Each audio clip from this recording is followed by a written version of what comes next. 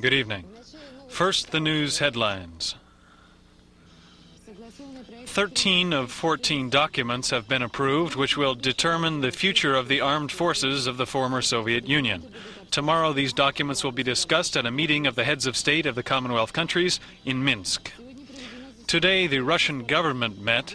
There will be no monetary reform. The Congress of Russian Collective Farmers finishes its work. International observers have returned from Nagorno-Karabakh and are being received in the Russian Foreign Ministry. In the Karelian city of Kemi, an entire arsenal of military weapons has been stolen. During his trip through the CIS, U.S. Secretary of State James Baker arrived in Tajikistan. An around-the-world balloon trip by 2 Americans and our aeronaut will begin tomorrow. The latest information from Minsk, where the meeting between the heads of state of the CIS is being prepared, we received just before we came on the air. Of the 14 issues of the agenda of tomorrow's meeting of the Commonwealth heads of state, 13 concern military structures. The reason, because of this reason, a large exhibition of military technology was put on today at this military base in Belarusian military district. For 3 days, the documents of the military agreements were being prepared by Marshal Shapachnikov and the other military leaders. All the issues have been resolved, but this concerns only the technical agreements. The political aspect of the problem is far from clear. I do not know in whose name these statements were made abroad about re-aiming missiles, etc. Toward whom have they been aimed, if not at other places? Toward us? The agenda has been determined for tomorrow's meeting. Among the military issues will be military issues and strategic issues, including the new general charters of the CIS Army, a unified oath for its soldiers, and common rules of engagements. Today we can talk about the materialization of the Commonwealth. A common budget has appeared concerning only strategic forces, however, and in Minsk's old Belarusian Communist Party headquarters, the working group of the Commonwealth has opened its office. The summit meeting of the Commonwealth leaders will be held in the former Central Committee building of the Communist Party. 9 Republican leaders are already in the Belarusian capital. Kravchuk will arrive tomorrow. There are reports that he will meet one-on-one with Yeltsin on Saturday to clarify relations between their two countries. The topic of arms control and the armed forces will become the cornerstone of the fate of our Commonwealth. We propose to show you now statements which have appeared in the media in the last 2 weeks of the various Republican leaders. Oskar Akayev, despite all of the attempts that we have made in recent days to make the Union collapse, the life will show what will happen. Levon Ter-Petrosyan, in case the army collapses, there will be Russian troops in Armenia on a contract basis, including possibly military bases. Islam Karimov, we do not object to a unified command of strategic forces. Let's create a unified military force along the lines of NATO. Alias Mutalibov, only after creating our own armed forces can we create a common military strategic space in the CIS. Nursultan Nazarbayev, the division of the former Union's military forces could bring about disagreements among the republics. Leonid Kravchuk, the creation of a unified armed force when there are 11 powers in the Commonwealth will mean the end of everything. Army forces should be located at their place and should be responsible to their own presidents. Before leaving, Boris Yeltsin told journalists that there is a long road ahead to creating mutually acceptable solutions. The president said that the results of the meeting of defense ministers will be the signing of a treaty among the former Soviet republics. Yeltsin said that Russia's recent program for deep cuts in nuclear weaponry was approved beforehand with Ukraine, Kazakhstan, and Belarus. As expected, President Yeltsin and Kravchuk will discuss in Minsk the issue of Russian-Ukrainian relations.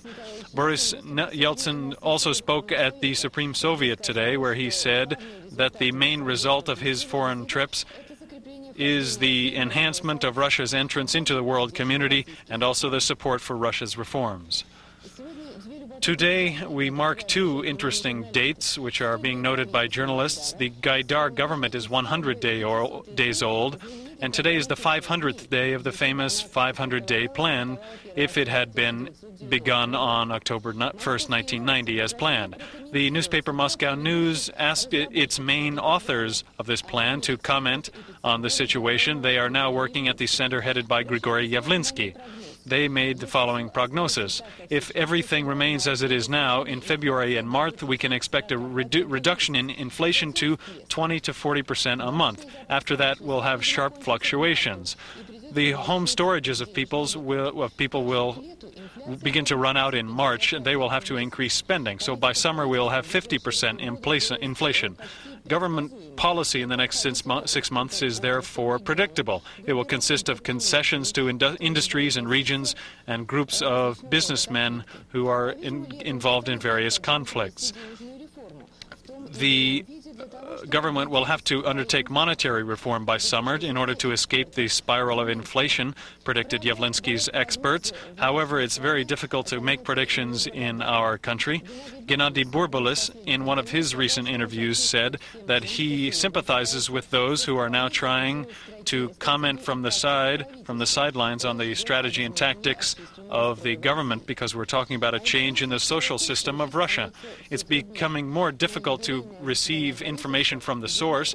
At the anniversary session of the Russian government, we had difficulty getting in. Prices have been free now for 6 weeks. Is it time to make corrections in the policy? Should Russia have its own currency? Why is agrarian reform going so poorly? How will we protect the interests of the poor?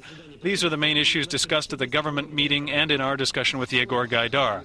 Overall, if you want to talk about fundamental issues of financial stabilization and helping to launch market mechanisms, then the events are developing according to an optimistic scenario. We have already succeeded in strengthening the ruble, both on the domestic market and on the hard currency market.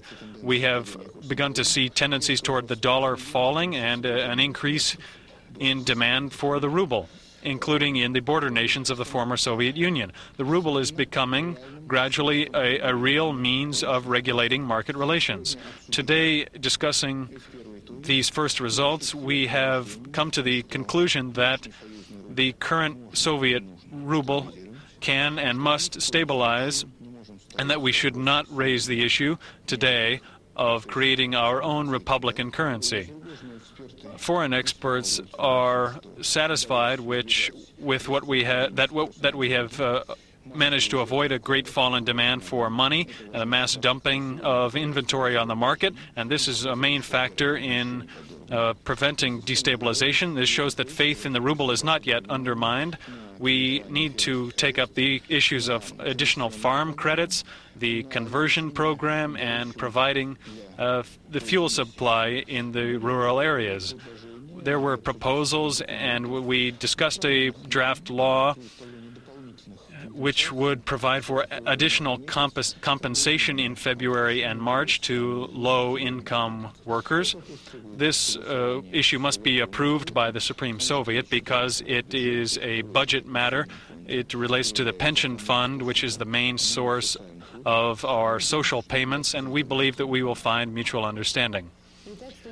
So the government believes we are moving ahead, but the information from the State Statistical Committee gives a different picture.